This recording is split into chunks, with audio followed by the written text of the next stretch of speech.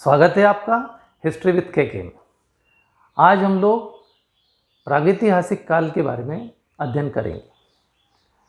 पिछली वीडियो में हमने प्रागैतिहासिक काल की जानकारी के साधनों के बारे में पढ़ा था। आप डिस्क्रिप्शन बॉक्स में लिंक दी हुई है, आप वहाँ उसे देख सकते हैं। प्रागैतिहासिक काल, पहले इसका अर्थ समझ लें हम। प्रागैतिहासिक काल इतिहास का वो काल है जिसकी हमारे पास में कोई लिखित जानकारी यानी स्रोत नहीं है। जो भी स्रोत है वो अन्य प्रकार के हैं, तो इसके हमारे पास में क्या है, लिखित स्रोत उपलब्ध नहीं है। अब इसकी जानकारी के जो साधन हैं उनके बारे में हमने पहले वीडियो बना लिया है, आप उसको देख सकते हैं। प्रागैतिहासिक काल को अध्ययन की सुविधा की दृष्टि से 3 भागों में बांटा गया है। ये 3 भाग हैं: पूर्व पाषाण काल, मध्य पाषाण काल और नव पाषाण काल। ऐसा क्यों किया? क्योंकि ये लगभग 6 लाख ईसा पूर्व का समय है। 6 लाख ईसा पूर्व से लगा करके बाद तक का जो टाइम है, तो एक लंबा पीरियड होने के कारण बहुत सारे परिवर्तन आए। तो परिवर्तन के कारण उसको हमने 3 भागों में विभाजित कर दिया अध्ययन की सुविधा की दृष्टि से। अब ये कौन कौन से हैं? पूर्व पाषाण काल को अगर आप देखें तो ये 5 लाख से लेकर के 8000 ईसा पूर्व तक का जो समय है, ये पूर्व पाषाण काल कहलाता है। इसके बाद मध्य पाषाण काल का समय है, जो 8000 ईसा पूर्व से 4000 ईसा पूर्व तक का है। इसके पश्चात नव पाषाण काल है, जो 4000 ईसा पूर्व से बाद तक का है, जब तक कि ताम्र पाषाण कालीन सभ्यता शुरू नहीं हुई थी वहाँ तक। अब इसको मैं पाषाण काल क्यों कह रहा हूँ? अभी ऊपर प्रागैतिहासिक काल भी कह रहे हैं, हम पाषाण काल भी कह रहे हैं। पाषाण काल इसलिए कहा गया इसको, पाषाण काल या प्रस्तर युग भी इसको कहा जाता है। वो इसलिए कहा जाता है क्योंकि इस काल में मानव के जो भी उपकरण थे, अस्त्र शस्त्र थे, वो सभी पाषाण यानी कि पत्थर के बने हुए थे। ये पूरी तरह से इसलिए इसको प्रस्तर युग कहते हैं। इसमें धातुओं का कोई खोज नहीं हुई थी और कोई इसके उपकरण आदि भी नहीं बनाए गए, इसलिए इसको प्रस्तर युग या पाषाण युग के नाम से भी जाना जाता है। भारत में रॉबर्ट ब्रूसफुट, इनको, ये इंग्लैंड के थे, इनको विशेष श्रेय जाता है, पुरातत्व का इनको जनक कहा गया है और इनको श्रेय जाता है पाषाण काल की, प्रारंभिक पाषाण काल के बारे में जानकारी प्राप्त करने का। पूर्व पाषाण काल, रॉबर्ट ब्रूसफुट ने इसको इसके बारे में जानकारी दी और ये जो समय है ये 5 लाख से लेकर के 8000 ईसा पूर्व तक का है। इसमें जो मानव के रहन सहन आदि के बारे में जो जानकारी हमें प्राप्त हुई है, वो भारत में मद्रास यानी चेन्नई, मध्य प्रदेश में उड़ीसा, बिहार, उत्तर प्रदेश, मैसूर, हैदराबाद, हिमालय का क्षेत्र, मध्य प्रदेश में नर्मदा घाटी का क्षेत्र, इधर सोहन नदी का जो क्षेत्र है, इन सब में इसके अवशेष प्राप्त हुए हैं। मानव की जो प्रारंभिक सभ्यता थी, उसका जो विकास हुआ है वो नदियों के किनारे हुआ। ज़्यादातर जो सभ्यताएं विकसित हुई है वो नदियों के किनारे विकसित हुई। अब नदियों के किनारे क्यों विकसित हुई, इसके लिए हम एक अलग से वीडियो बनाएंगे, आपको बताएंगे कि नदियों के किनारे सभ्यताओं के विकास होने के क्या कारण थे। दूसरा था मध्य पाषाण काल, जो कि 8000 ईसा पूर्व से 4000 ईसा पूर्व तक का है और इसी में होमोसेपियंस मानव अस्तित्व में आया। होमोसेपियंस मानव मैंने जिसको बुद्धिमान मानव कहा गया, जिसको थोड़ी समझ आ गई थी। 8000 ईसा पूर्व से 4000 तक का है। C.L. कार्लाइल, इनको श्रेय जाता है इस समय की, इसका नामकरण और इस समय की सभ्यता को ढूंढने के संबंध में। ये कहाँ पर इसके जो मानव के रहन सहन के बारे में पता लगा है, जहाँ वो है पश्चिम बंगाल, गुजरात, तमिलनाडु, मध्य प्रदेश का आदमगढ़, पचमढ़ी, नागौर जो राजस्थान में है, और गंगा नदी का जो मैदान है उस क्षेत्र में मानव के अवशेष, उनकी गतिविधियों के बारे में पता लगा है, विभिन्न प्रकार के हथियार, औजार आदि प्राप्त हुए हैं। नवपाषाण काल, नवपाषाण काल का श्रेय जाता है H.C. मैस्यूरर को। इन्होंने इसकी खोज की और इसके लगभग अवशेष जो हैं वो संपूर्ण भारत में मिलते हैं। पहले बुरजहोम जो कि कश्मीर में है, वहाँ अर्काट है, रायगढ़ है, होशंगाबाद है, और लगभग संपूर्ण भारत में कहीं न कहीं इसके अवशेष हमें प्राप्त हुए हैं। तो ये इसका वर्गीकरण है और 6 लाख ईसा पूर्व से लेकर के ये शुरू होता है। अब हम इसके अलग अलग क्या परिवर्तन आया उसको हम देखेंगे। पूर्व पाषाण काल, मध्य पाषाण काल और नवपाषाण काल, यानी इनके वस्त्र, इनके औजार, इनका रहन सहन, इनका खान पान।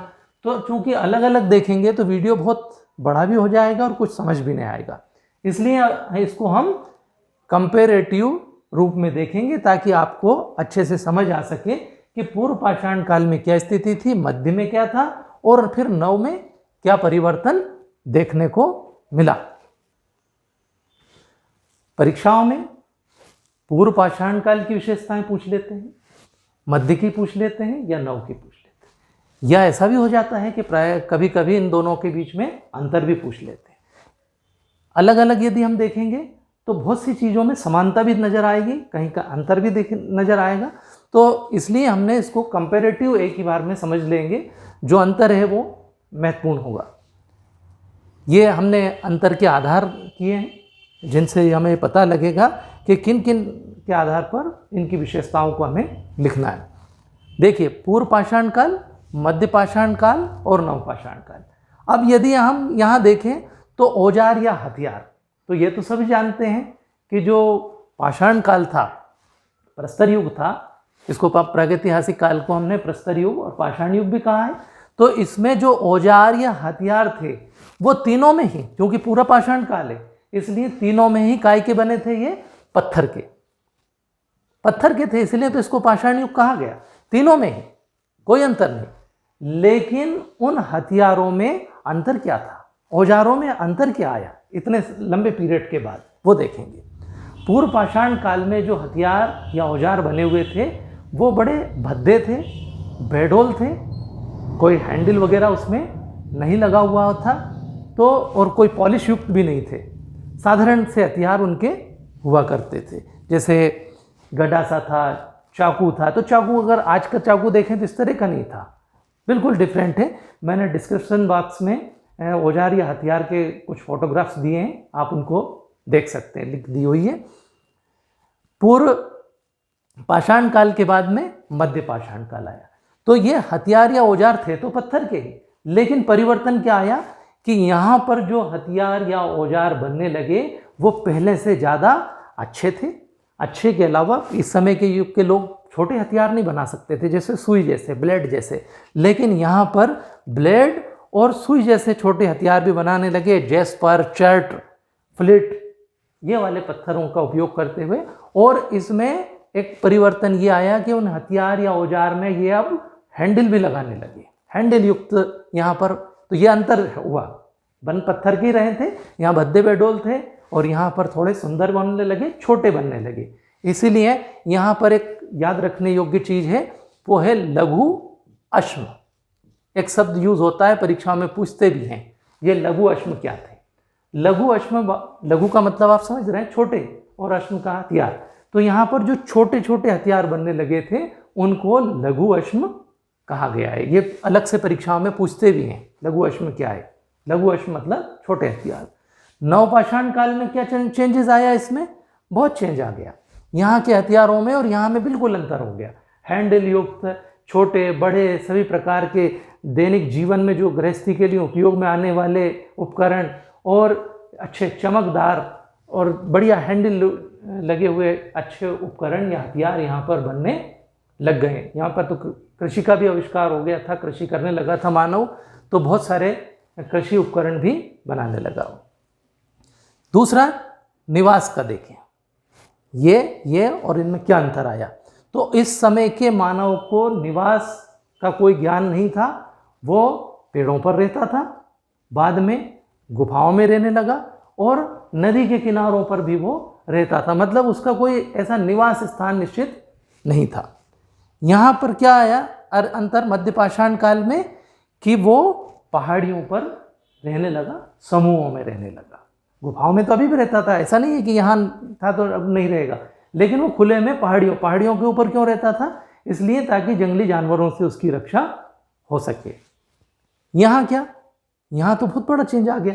अब तो घास फूस के मकान बना करके, वो घास फूस और पत्थरों से मकान बना करके और समुदाय के रूप में यहाँ पर रहने लग गया। तो क्या चेंजेस देख रहे हैं आप? यहाँ निवास का उसको कोई ज्ञान नहीं था, तो गुफाएं जो प्राकृतिक है उनमें रह रहा, यहाँ पर पहाड़ियों पर कुछ बना करके रहने लगा, गुफाओं में भी रह रहा था, और यहाँ तो निवास बना करके रहने लगा। यद्यपि उसका स्तर उन निवासों का बहुत अच्छा नहीं था, पत्थरों से झोपड़ी नुमा कुछ बना लेता था, रहता था।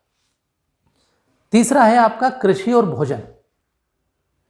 इस काल के मानव को कृषि का कोई ज्ञान नहीं था, वो भोजन बनाने की कला से अपरिचित था। तो खैर क्या करता था, जंगलों में जो पेड़ पौधों पर जो फल वगैरह आते हैं उनको वो खा लेता था। बाद में शिकार करना सीख गया, इसी में आगे चल करके तो पशुओं को मारता और उन पशुओं का शिकार करके उनको कच्चा ही खा लेता था, क्योंकि यहाँ पर पका करके भोजन को पकाने की कला का आविष्कार नहीं हुआ था।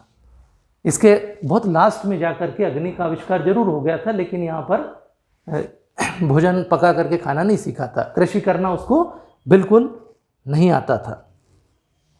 अब यहाँ क्या चेंजेस आया, कृषि करना तो यहाँ भी नहीं सीखा था, कोई ऐसे प्रमाण नहीं मिलते, लेकिन अंतर ये आया इस पीरियड में कि वो भोजन को या जो भी खाने की चीज़ें थे, पशुओं का मांस वगैरह, वो भून करके खाने लगा। आग का आविष्कार इसके लास्ट में हो चुका था, तो यहाँ पर भून करके वो खाने अवश्य लग गया। बाकी कृषि का तो विकास यहाँ पर भी नहीं हुआ था।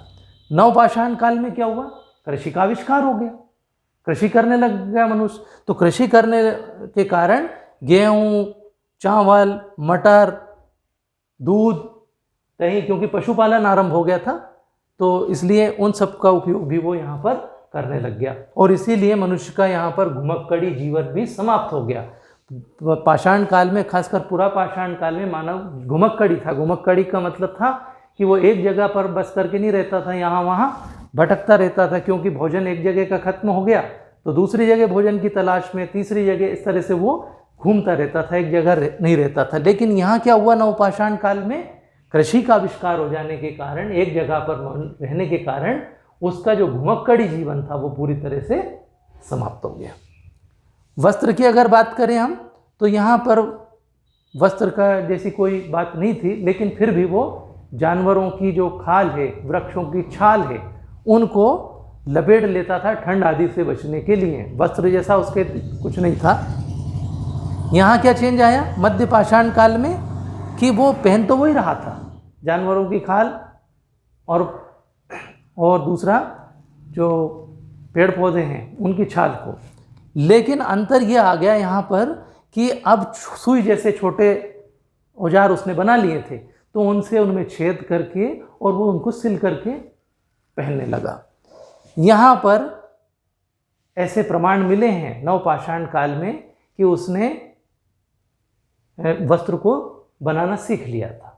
कपास आदि का वो उगाने लगा, उसकी बुआई करता और पैदा करने लगा, जिसके कारण वस्त्र बनाने की कला विकसित हो गई। मैंने वस्त्र पहनने यहाँ पर लग गया। बर्तन में इसके कोई बर्तन बनाने की कला से पूर्णता ये भी और ये भी अपरिचित थे, लेकिन यहाँ पर चाक के पहिए का आविष्कार हो गया। किस युग में? नवपाषाण काल में। चाक का पहिया जिससे कि कुम्हार बर्तन बनाता है, उस तरह का आविष्कार हो गया पहिए का, वो बर्तन बनाने लगा। तो यहाँ पर बर्तन का उपयोग वो करने लगा।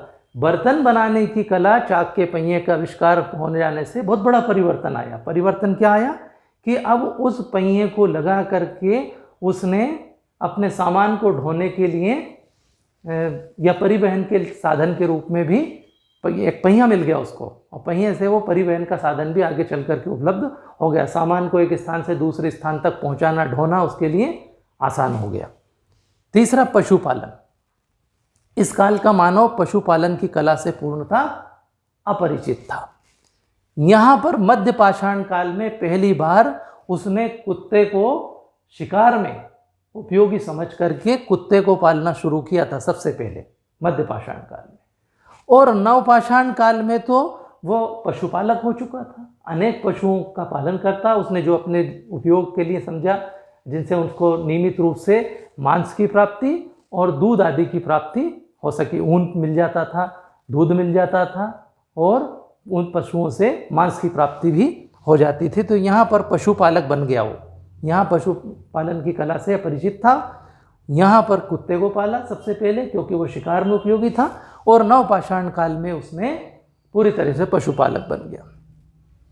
अगर हम इस काल में धर्म की बात करें तो पुरा पाषाण काल और मध्य पाषाण काल में तो कोई धर्म का ज़्यादा हमें पता नहीं लगता, लेकिन नवपाषाण काल तक आते आते धर्म की भावना थोड़ी सी जागृत हुई और सबसे पहले जादू टोना, कर्मकांड, वशीकरण की विद्याएं ज़्यादा आई। और इस समय व्यक्ति प्रकृति पूजा करता था, प्रकृति की पूजा करता, पेड़ पौधे पशुओं पेड़ पौधों की पूजा करता और ये मानता था कि ये हमारे लिए उपयोगी है।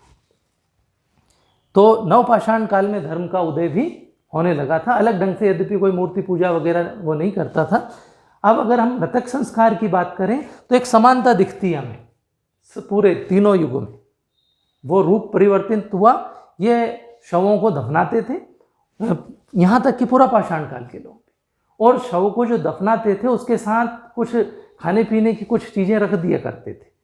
ऐसा लगता है कि इनका कुछ पुनर्जन्म में विश्वास था, ऐसा मानते होंगे कि ये फिर से जन्म लेगा, तो जो जीव के लिए आवश्यक खाने पीने की वस्तुएं वो उसके साथ में दफना दिया करता था। नरकंकालों के साथ में ये सब जानकारियाँ प्राप्त हुई है।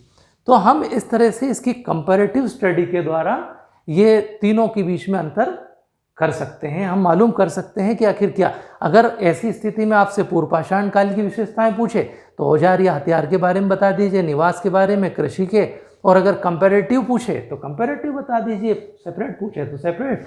इसमें पूछ लेते हैं कि पहिए के आविष्कार से क्या हुआ, तो पहिए के आविष्कार से, या चाक या पहिए से, तो चाक या पहिए से आविष्कार से मनुष्य को फायदा क्या हुआ कि एक तो उसको आवागमन के साधन मिल गए, दूसरा बर्तन बनाने की कला से परिचित हो गया।